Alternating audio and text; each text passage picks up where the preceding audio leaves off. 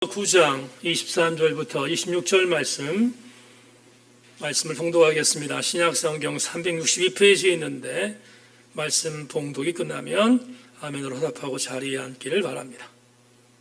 제가 봉독합니다. 그러므로 하늘에 있는 것들의 모형은 이런 것들로서 정결하게 할 필요가 있었으나 하늘에 있는 그것들은 이런 것들보다 더 좋은 제물로 할지니라. 그리스도께서는 참것의 그림자인 손으로 만든 성소에 들어가지 아니하시고 바로 그 하늘에 들어가사 이제 우리를 위하여 하나님 앞에 나타나시고 대제사장이 해마다 다른 것의 피로써 성소에 들어가는 것 같이 자주 자기를 드리려고 아니하실지니 그리하면 그가 세상을 창조한 때부터 자주 고난을 받았어야 할 것이로되 이제 자기를 단번에 제물로 드려 죄를 없이 하시려고 세상 끝에 나타나셨느니라. 아멘. 자리에 앉습니다.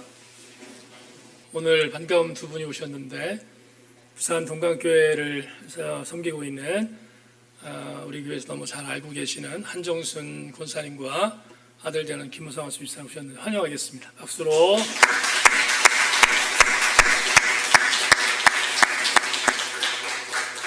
모르시는 분들은 또 모르셨겠지만 지난번 성경지대에 우리 참가상을 찬조하신 집사님이십니다. 오늘 여행 삼아 또 세천까지 오셨는데 함께 교제하는 아름다운 시간이 되기를 바랍니다. 오늘은 중간 찬양을 부르지 않아도 괜찮겠죠? 구사원 선생님 너무 잘하셔서 기도하고 말씀 나누겠습니다. 하나님 감사합니다. 오늘 주께서 우리를 사랑하여 주셔서 하나님의 은혜 안에 귀한 예배를 드리게 하신 것을 감사합니다. 하나님, 오늘 사랑하는 귀한 심령들 우리 모두 영적으로 평안하게 하여 주시고 주의 은혜 안에 있게 하여 주시옵소서. 특별히 구사 권사님 오늘 찬양 드린 가사처럼 끝까지 분투하게 하시고 권사님 건강하게 하여 주시옵소서. 멀리서 한 권사님과 김우상 집사님 하나님의 교회에 찾아와서 예배자로 섰는데 함께 교제하고 은혜 받게 하여 주시옵소서. 선하신 놀라운 주연회가 있기를 원하며 특별히 이재만 한수 집사님 낙심하지 말게 하시고 은혜 안에 더 좋은 것으로 채워주셔서 하나님 전하 위복의 계기가 되었다고 간증하게 하여 주시옵소서. 주신 말씀 기대합니다. 주여 말씀하여 주옵소서. 예수 그리스도 이름으로 기도 올리옵나이다. 아멘. 한 번 더 인사합니다. 말씀에 기다리고 오십시다. 인사하겠습니다. 말씀에 기다리고 오십시다.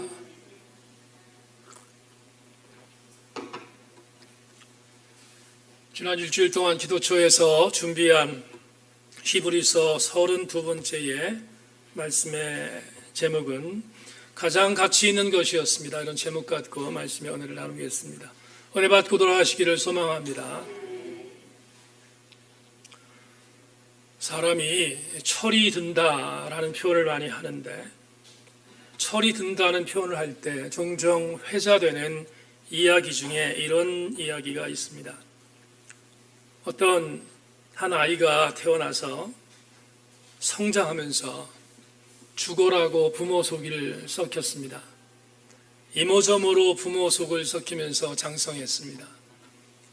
그러다가 연만한 나이가 돼서 결혼을 하게 됐고 본인도 아들을 낳고 딸을 낳고 자식을 양육하면서 결혼하기 전에는 느끼지 못했던 부모님이 나를 위해서 얼만큼 수고했는지를 깨닫게 되었는데 그래서 그 깨달음 때문에 부모님에게 효도하기 위해서 뭔가를 하려고 했는데 그때는 부모님이 옆에 계시지 않았다 하는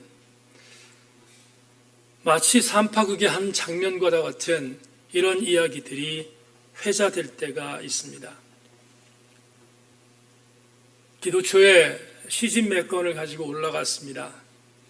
제가 좋아하는 시인 중에 한 명이 나이덕 시인의 시집을 가지고 올라가서 시 한 편을 읽게 되었는데 그때 읽었던 소풍이라는 시를 여러분들에게 읽어드리겠습니다. 한번 음미해 주시기를 부탁합니다. 얘들아 소풍 가자. 해지는 들판으로 나가 넓은 바위에 상을 자리 잡구나. 붉은 노을에 밥 말아 먹고 빈 밥그릇 속에 별도 달도 놀러오게 하자. 살면서 잊지 못할 몇 개의 밥상을 받았던 내가 이제는 그런 밥상을 너에게 차려줄 때가 되었나 보다. 가자 얘들아, 어서 저 들판으로 가자. 오갈 데 없이 서러운 마음은 정육점에 들러 고기 한 근을 사고 그것을 싸서 입에 넣어 줄 채소도 뜯어왔단다. 한 입 한 입 뜯을 때마다 비명처럼 흰 진액이 배어나왔지. 그리고 이 포도주가 왜 이리 붉은지 아니? 그건 돼지가 흘린 땀으로 바닷물이 짠 것처럼 엄마가 흘린 피를 한 방울씩 모은 거란다. 그러니 얘들아, 꼭꼭 씹어 삼켜라. 그게 엄마의 안창살이라는 걸 몰라도 좋으니 오늘은 하루살이 때처럼 잉잉거리며 먹자. 언젠가 오래 되새김질 끝에 네가 먹고 자란 게 무엇인지 알게 된다면 너도 내 몸으로 밥상을 차릴 때가 되었다는 뜻이란다. 그때까지는 저 노을빛을 이해하지 않아도 괜찮다. 다만 이 바위에 둘러앉아 먹던 밥을 잊지 말아라. 그 기억만이 내 허기를 달래줄 것이기에. 제가 있었던 기도처에 십자가 광장이라는 넓은 공간이 있습니다. 그 공간에 벤치에 앉아서 이 시집을 읽다가 갑자기 눈자위가 뜨거워졌습니다. 소천하신 어머니가 새록새록 떠올랐기 때문입니다. 저는 시인들을 천재라고 정의하는데 주저하지 않습니다. 시인들이 만들어낸 시 하나하나는 천재적 감성이 없으면 절대로 만들어낼 수 없는 창조 작품이기 때문에 그렇습니다. 세상에 나이덕 시인이 이렇게 말을 했습니다. 한 입 한 입 뜯을 때마다 비명처럼 흰 진액이 배어나왔지. 그리고 이 포도주가 왜 이리 붉은지 아니? 그건 돼지가 흘린 땀으로 바닷물이 짠 것처럼 엄마가 흘린 피를 한 방울씩 모은 거란다. 어떻게 이런 표현을 할 수 있을까? 나이덕 시인은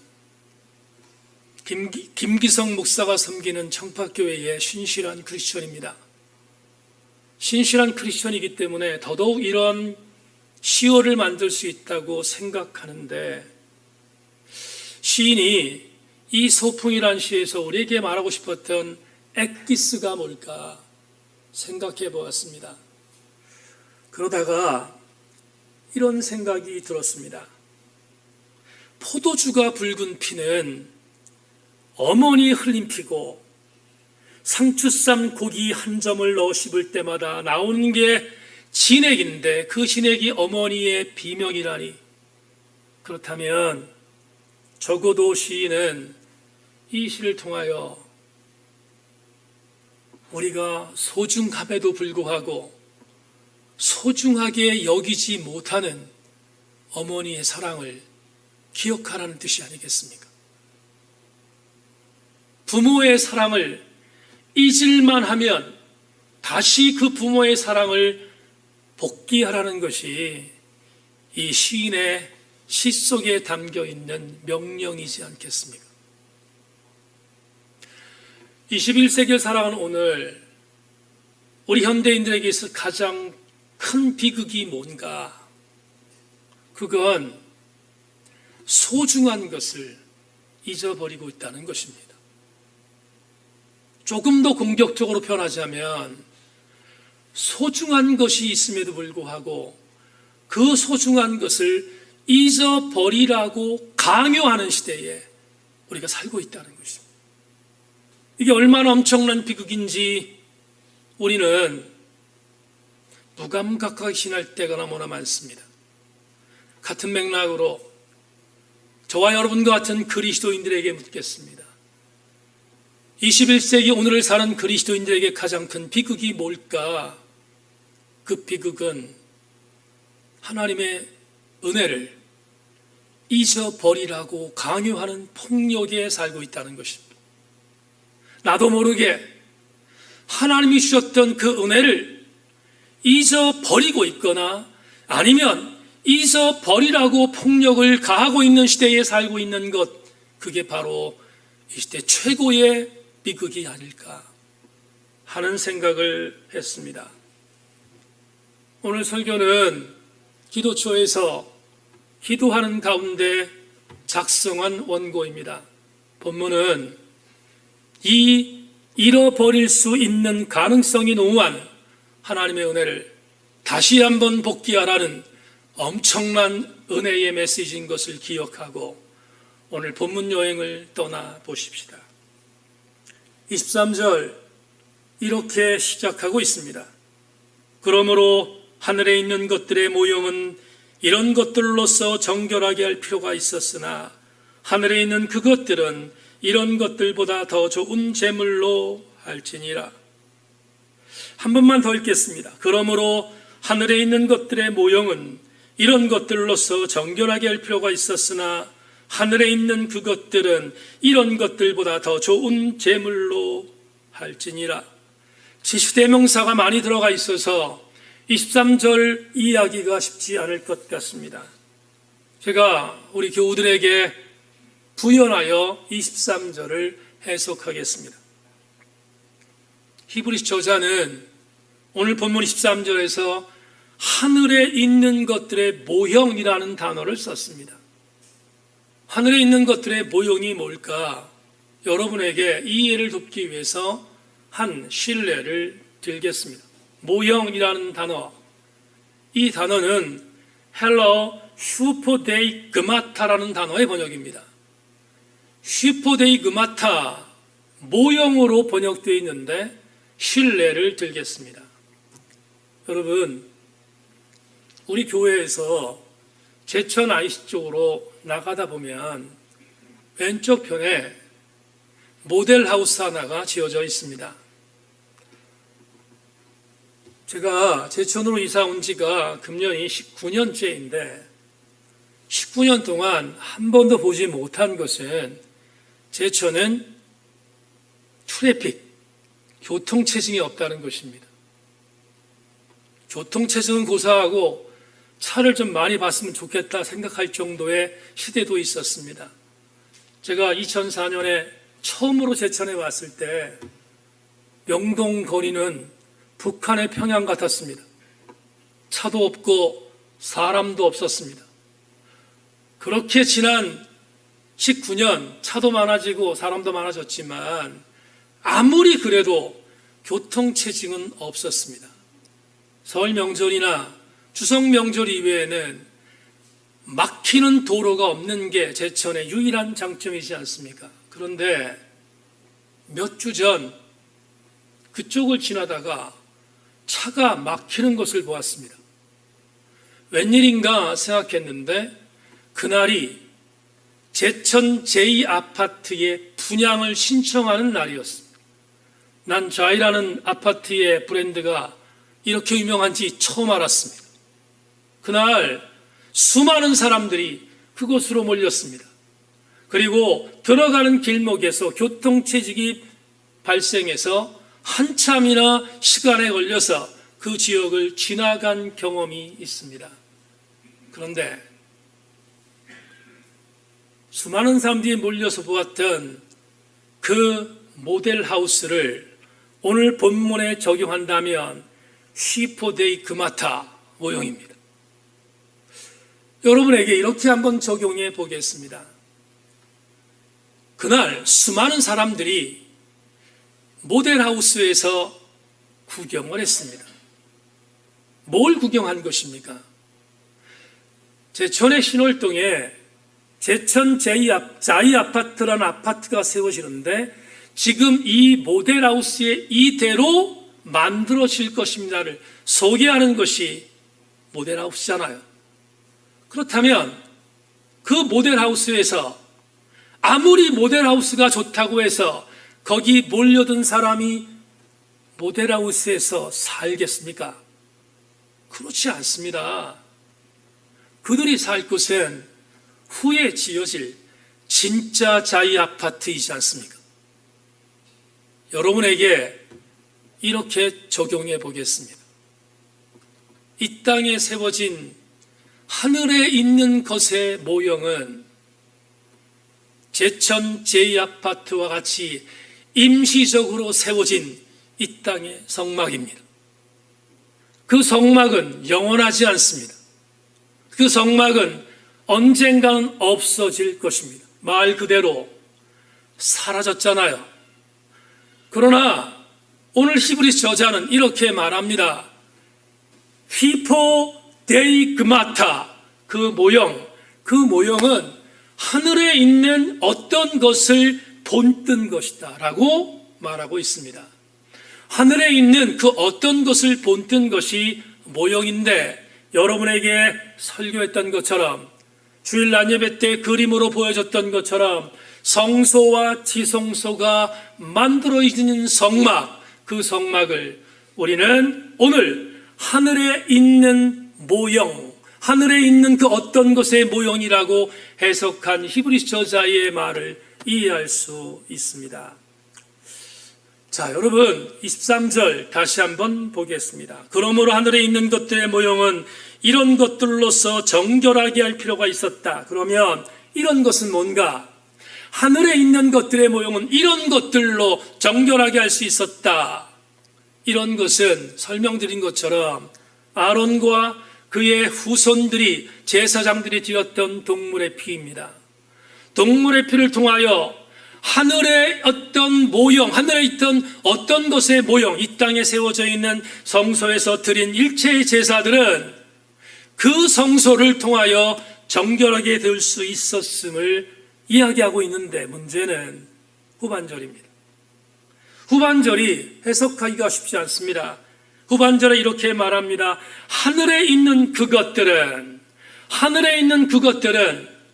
여러분, 그것이란 지시대명사를 뭐라고 해석할 수 있냐면, 저는 이것을 원형이라고 해석합니다. 조금 전에 말씀드렸죠? 이 땅에는 뭐가 있어요? 모형이 있습니다. 그 모형은 무엇을 본떴는데, 그 본뜬 게 뭐냐? 여기 본문에 있는 23절 후반절에 있는 하늘에 있는 그것입니다. 그 하늘에 있는 그것을 이강동 목사는 이 단어로 쓰겠습니다. 하늘에 있는 그것은 원형인데 그 원형을 하늘 성소라고 정의하겠습니다. 다시 한 번만 더 쉽게, 이 땅에 세워진 모세를 통하여 하나님이 세우라고 말씀하셨던 성막은 휘포데이 그마타입니다. 모형입니다. 그런데 무엇을 보고 지었을까? 하늘에 있는 원형을 보고 지었습니다. 그렇다면 하늘에 있는 무엇은 마찬가지 성막과 같은 모형이지 않겠습니까? 그런데 그 성막을, 하늘에 있는 성막이 있는 장소를 저는 하늘 성소라고 정의한다, 이 말입니다. 하늘 성소, 우리에게 익숙하지 않은 단어라서 여러분 조금 당황스러울 수 있습니다. 그러나 성경이 제시하는 두 가지의 내증을 통하여 하늘 성소를 설명하겠습니다. 첫째, 이사야 6장 1절로 3절 자막 보십시오. 우시야 왕이 죽던에 내가 본즉 주께서 높이 들린 보좌에 앉으셨는데 그의 옷자락은 성전에 가득하였고 스랍들이 모시고 섰는데 각 6날개가 있어 그 둘로는 자기 얼굴을 가리었고 그 둘로는 자기 발을 가리었고 그 둘로는 날며 서로 불러 이르되 거룩하다 거룩하다 거룩하다 만군의 여호와여 그의 영광이 온 땅에 충만하도다 하더라. 다 같이 아멘. 이사야 선지자는 우시야 왕이 죽던 해에 성전에 들어가서 환상을 보았는데 바로 하늘의 환상을 보았습니다. 하늘 환상을 보았는데 주께서 높이 들린 보좌에 앉으신 환상입니다. 주님은 높이 들린 보좌에 앉으셨는데 그 옆에 수랍 천사들이 주님을 찬양합니다. 거룩하다 거룩하다 거룩하다. 그 장소 지금 수랍들이 높이 들린 보좌에 앉으신 하나님을 찬양하는 그 장소가 어딘가? 하늘 성소입니다. 하늘 성소, 하나님께서 좌정하고 계신 장소, 하늘 성소입니다. 두 번째 내증, 욥기 1장 6절입니다. 하루는 하나님의 아들들이 와서 여호와 앞에 섰고 사단도 그들 가운데 온지라. 보세요. 욥기 강의를 통해서 말씀드렸지만 욥이 시험 받기 전에 사단이 하나님께 갔습니다.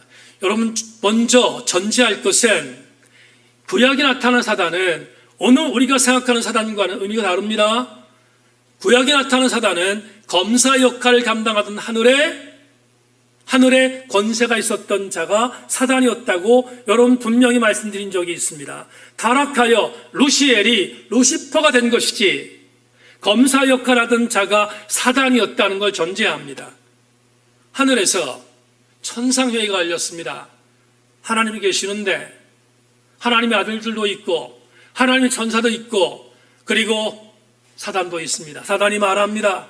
하나님, 저 땅의 욥이 지금 하나님을 섬기는 이유는 까닭 없이 섬기는 게 아닙니다. 그래? 그러면 욥에게 생명을 건드리지 말고 시험을 줘라. 그래서 욥이 시험 받은 것이라고 우리가 이미 알고 있잖아요. 그 회의가 어디서 열렸는가? 천상회의라고 하는 그 회의가 어디서 열렸는가? 말씀드립니다. 하늘 성소입니다. 하늘 성소에서 회의가 열렸다. 여러분에게 하늘 성소를 지금 해석했습니다. 그러면 이렇게 접근하겠습니다. 이 땅의 모형은 하늘 성소라는 원형을 본뜬 것입니다. 그러나 이 땅에 있는 모형은 영원하지 않습니다. 언젠가는 사라질 것입니다. 그러나 하늘에 있는 성소는 영원할 것입니다. 변하지 않습니다. 끝까지 있는 것이 하늘 성소입니다. 그런데 히브리서 저자는 하늘 성소와 이 땅에 있는 성막을 비유하면서 대단히 중요한 힌트를 24절로 26절 본문에서 우리에게 제시하고 있습니다. 자막 보십시오. 그리스도께서는 참것의 그림자인 손으로 만든 성소에 들어가지 아니하시고 바로 그 하늘에 들어가사 이제 우리를 위하여 하나님 앞에 나타나시고 대제사장이 해마다 다른 것의 피로써 성소에 들어가는 것 같이 자주 자기를 드리려고 아니하실지니 그리하면 그가 세상을 창조한 때부터 자주 고난을 받았어야 할 것이로되 이제 자기를 단번에 제물로 드려 죄를 없이 하시려고 세상 끝에 나타나셨느니라. 이 24절부터 26절 말씀은 담임 목사가 지금 설명했던 앞에 있는 내용을 전제할 때 해석이 됩니다. 다시 한번 부연합니다. 아론과 그의 후손들이었던 제사장들은 이스라엘 신앙 공동체의 죄를 위하여 이 땅에 세워진 모형에서 제물 드림의 예배를 드렸습니다. 설교했던 것처럼 매년 한 번씩 지성소에 들어가서 제물을 드려야 하는 불편함을 감내하면서 드렸습니다. 그런데 히브리서 저자가 오늘 어떻게 말합니까? 하나님의 아들 예수 그리스도는 당신의 몸을 이 땅의 모형에 있는 성소에서 제물로 드리지 않고 하늘 성소로 직접 올라가셔서 그 하늘 성소에 더 좋은 제물을 지었는데 그게 당신의 몸이라고 말합니다. 당신의 몸을 찢어서 십자가에 못 박혀 돌아가신 사건은 하늘 성소에 들어가셔서 직접 인류의 모든 죄를 위하여 죄사함을 위하여 제물 되었음을 히브리서 저자가 우리에게 오늘 말씀하고 있습니다. 그렇게 하신 주님은 마지막 날 우리에게 다시 오셔서 두 번째 나타나실 것까지 본문에서 약속하고 있습니다. 그렇다면 저는 이상의 해석을 통하여 교통정리를 좀 하고 싶습니다. 여러분에게 오늘 히브리서 32번째의 해석을 하나의 구도를 정해서 마지막 레마로 가기 전에 중요한 교통정리로 요약하고 싶습니다. 저는 보수적 성향에 있는 주석가들의 책을 별로 읽지 않습니다. 왜냐하면 너무 뜯어맞추기 식의 해석이 많기 때문입니다. 그럼에도 불구하고 제가 곧잘 인용하는 보수 성향의 주석학자가 있습니다. 영국의 목사인 매추엘리입니다. 매추엘리의 주석은 신학교 때부터 참 많이 인용하던 주석서 중에 하나인데, 오늘 히브리서 본문은 매추엘리의 주석으로 본문을 4가지의 내용으로 구성했던 매추엘리의 해석을 여러분에게 전하면서 교통정리하겠습니다. 여러분 주목해서 마지막까지 잘 따라오시기를 바랍니다. 매추엘리는 오늘 본문 23절부터 26절을 4가지로 주석합니다. 첫째, 희생제물이 바쳐진 장소가 더 훌륭하다. 율법 아래에서 바쳐진 것들은 사람의 손으로 만든 성전이었지만 그리스도 희생제물은 자신이 직접 들고 하늘 성소로 올라가셔서 하나님 앞에 바치셨다. 이해되시면 아멘. 둘째, 희생의 제물 자체가 더 우월한 것이었다. 율법시대의 희생제물은 각각 짐승의 생명과 피였다. 그러나 그리스도의 희생은 그리스도 자신의 몸이었다. 즉 그는 자신의 피를 드렸던 것이다. 그리고 그 피야말로 말할 수 없는 가치가 있는 것이었다. 역시 아멘. 셋째, 율법화의 희생제물은 반복해서 드려야 했다. 이것은 율법의 불완전성을 보여주는 것이었다. 그러나 그리스도의 희생은 온전하여서 한 번만 드려지고 그것으로 모든 목적을 이루기에 충분했다. 담임 목사의 설교를 이미 이해하신 분은 아멘. 마지막 4번째, 율법화의 제물은 효험이 없는 데 비하여 그리스도의 희생은 효험이 있다는 사실에서 그리스도의 희생이 우월함을 알 수 있다. 율법의 제물은 그 제물 자체가 죄를 씻을 수 없는 것이었다. 그러나 예수 그리스도의 단번에 드린 희생 제물은 죄를 완전히 깨끗하게 제거하신다. 여러분, 얼마나 선명한 교통정리입니까? 4가지를 하나로 묶으면 오늘 레마가 추출됩니다. 히브리서 저자가 오늘 본문을 통하여 이 4가지를 통해서 하고 싶었던 메시지가 무엇일까? 예수 그리스도의 보혈보다 소중한 것은 없다는 것입니다. 그렇다면 오늘 우리는 오늘의 레마를 이렇게 정할 수 있지 않겠습니까? 예수 그리스도의 보혈보다 소중한 것이 없다면 자꾸만 보혈의 공로를 잊어버리는 시대에 우리 새인교회 모든 성도들은 예수 그리스도의 보혈을 절대로 잊지 말아야 한다는 것을 오늘 레마로 정하고 싶습니다. 사랑하는 교우들이여, 예수 그리스도의 보혈의 은혜를 잊지 않기를 주의 이름으로 축원합니다. 마태복음 13장을 비유장이라고 말합니다. 왜냐하면 예수님이 비유로 말씀하셨던 비유 중에 제일 많은 비유가 나오는 것이 마태복음 13장이기 때문에 그렇습니다.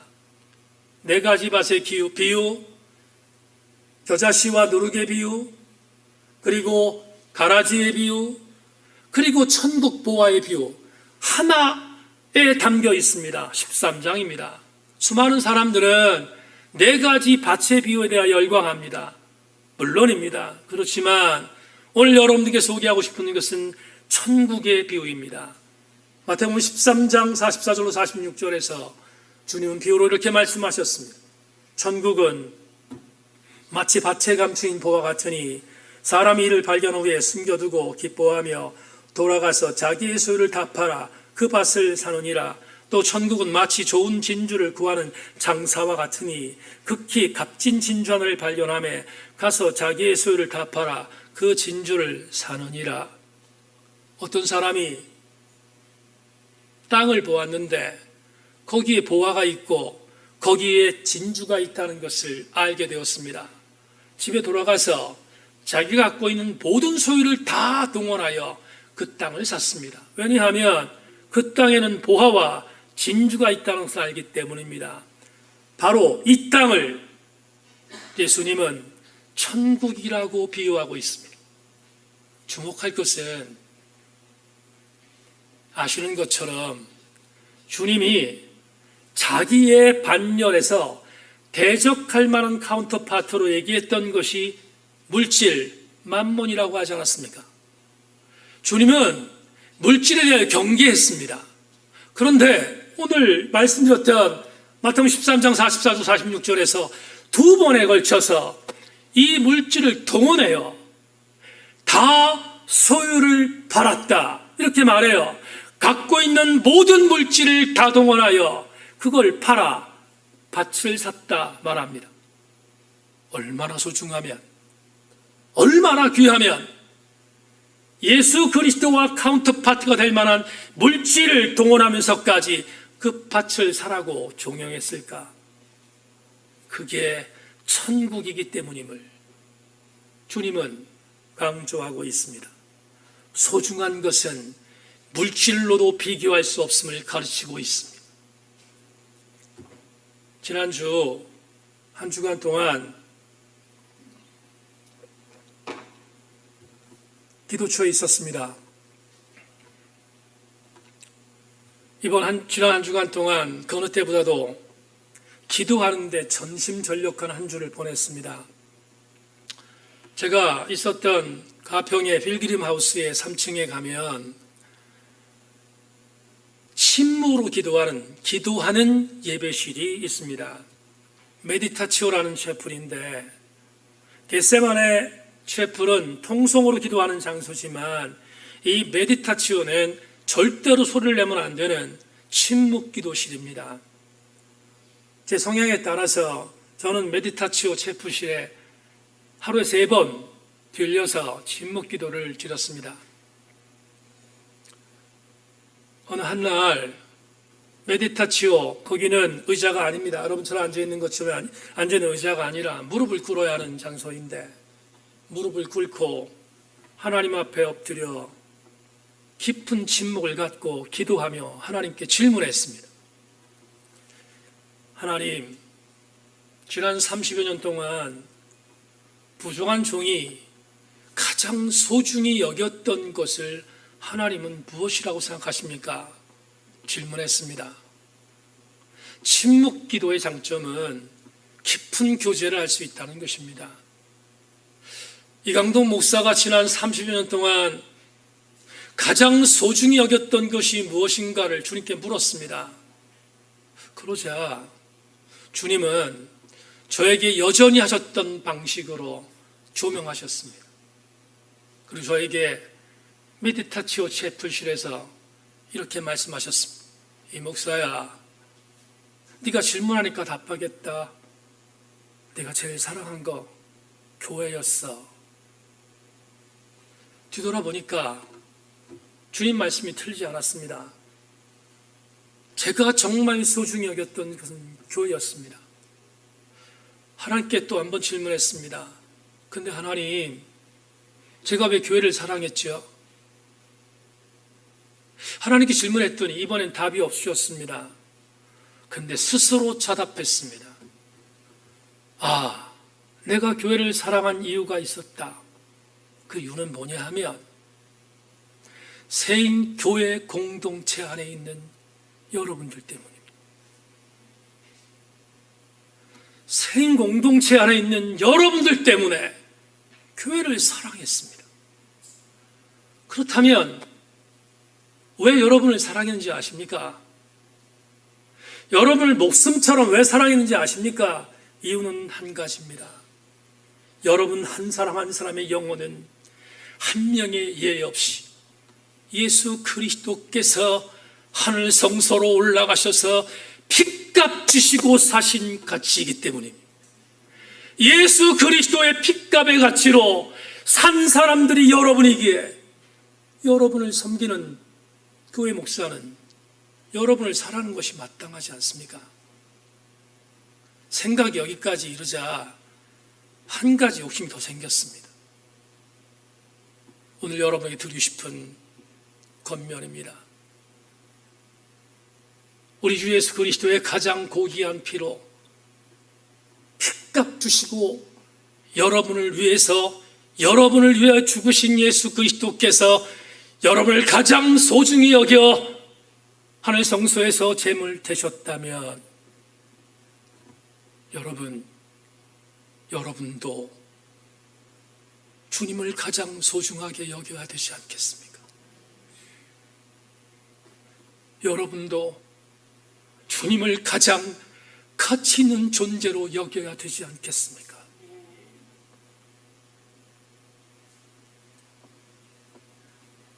기도원에서 저의 부족한 4번째 책 초고를 완성하고 내려왔습니다. 책에 실릴 한 부분을 읽어드리겠습니다. 기도원에 관련한 사사기를 연구하면서 발견한 놀라운 점이 있다. 하나님은 미디안 7년 동안의 폭정에서 이스라엘 백성들을 구원하시기 위해 기도원을 부르셨다. 문제는 전혀 사사가 될 만한 자격도 보이지 않는 기도원을 사용할 요양으로 글을 만들어가는 과정이 결코 녹록하지 않았다는 점이다. 하나님은 깜냥도 안 되는 기도원을 어르고 달래서 그를 부르셨다. 어디 그뿐인가 그의 비유를 맞춰주기 위해서 노력했고, 말도 안 된다는 안 된다고 생각하는 호칭 큰 용사라고도 붙여주었고, 투정 부리는 기도원을 향해 오래 참기까지 한 장면은 눈물겨웠다. 이렇게 적극적으로 구애하셨던 하나님은 기도로 하여금 미디안 대군을 이기게 하신 주체셨지만, 사사기 7장 9절 이후로부터 기도원의 남은 행적과 그의 사악했던 아들 아비멜렉의 기사가 끝나는 9장까지 단 한 차례도 등장하지 않는다는 보고는 충격이다. 사사기를 기록한 신명 역사가의 의도적인 방법으로 여겨지는 하나님의 사라짐이라는 메타포에서 발견되는 기도원의 후기 열정은 말 그대로 세상 사람들보다 더 못한 불신앙의 극치를 보여주는 비극의 기록들이기에 아연실색하게 한다. 기도원은 하나님의 은혜로 승리했습니다. 그러나 승리한 이후 기도원은 하나님을 무시하기 시작했습니다. 그리고 기도원은 자기 방법으로 하나님의 방법을 포장하여 폭력을 가한 최악의 사사가 되었음을 사사기는 우리에게 고발합니다.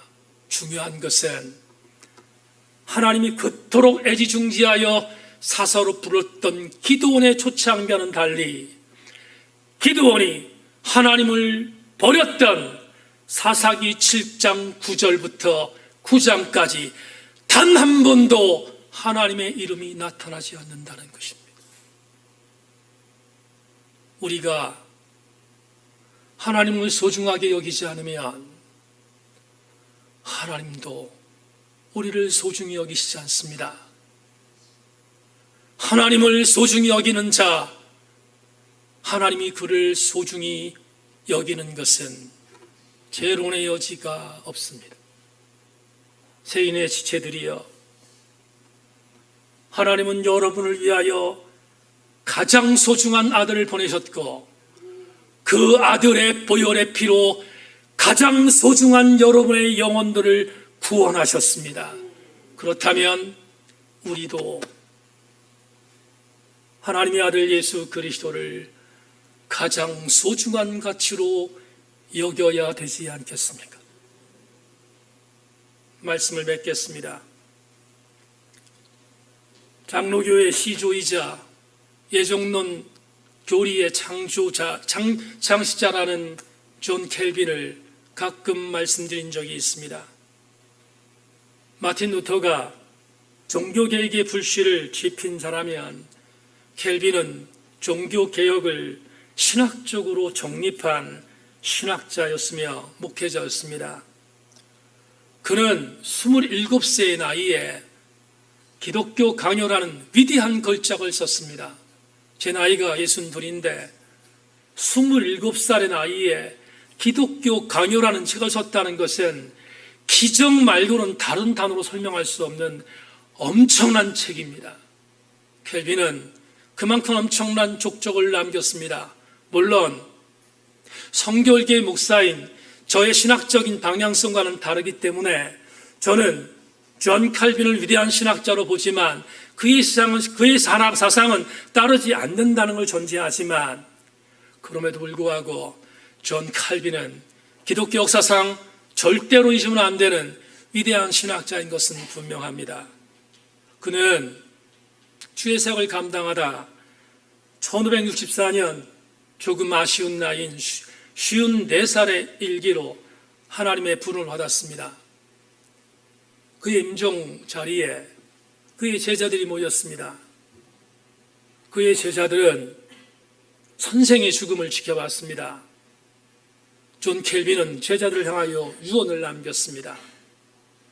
나의 사랑하는 형제들아, 내가 죽으면 존 켈빈이라는 그 이름을 어디에도 남기지 말라고 예언했습니다.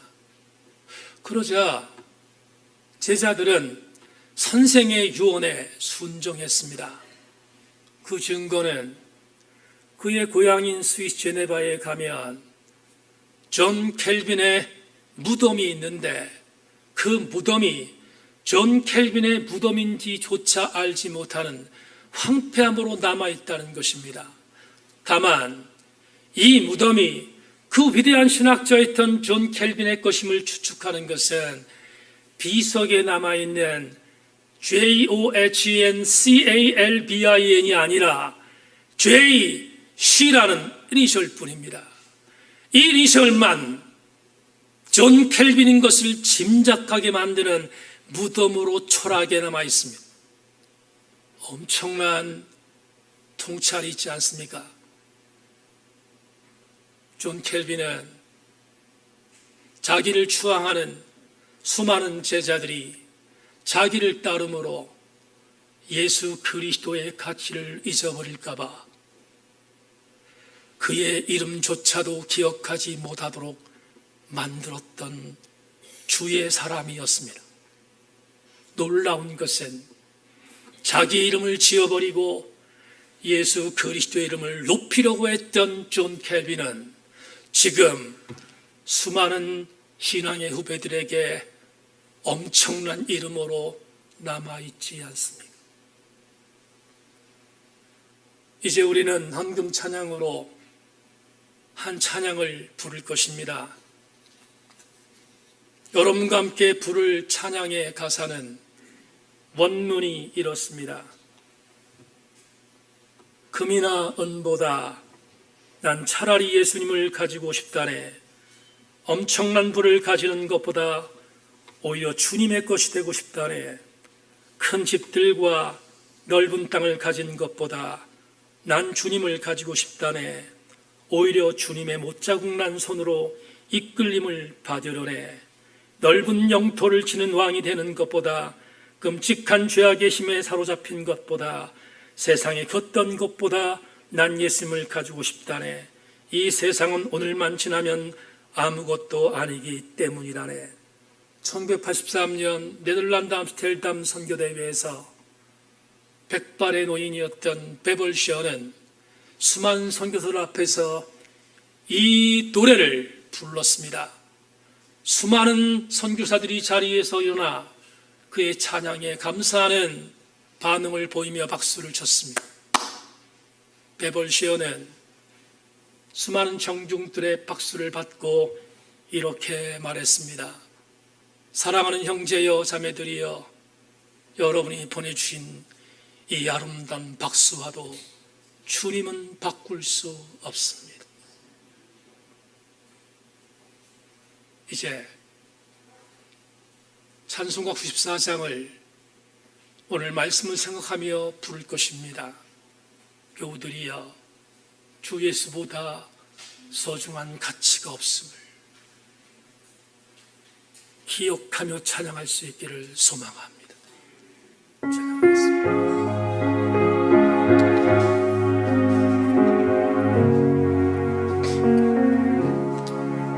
주 예수보다 더 귀한 곳은 없네. 이 세상 이와 바꿀 수 없네.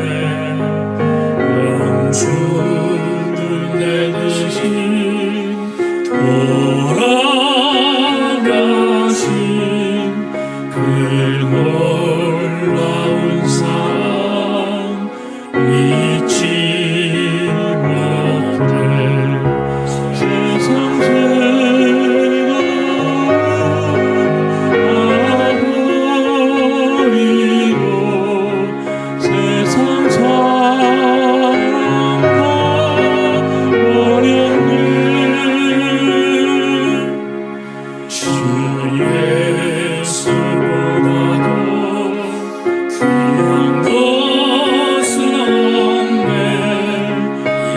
예수 주 예수보다 귀한 것은 없네. 주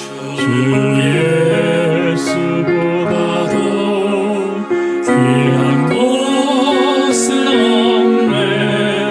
이 세상 명예와 바꿀 수 없네.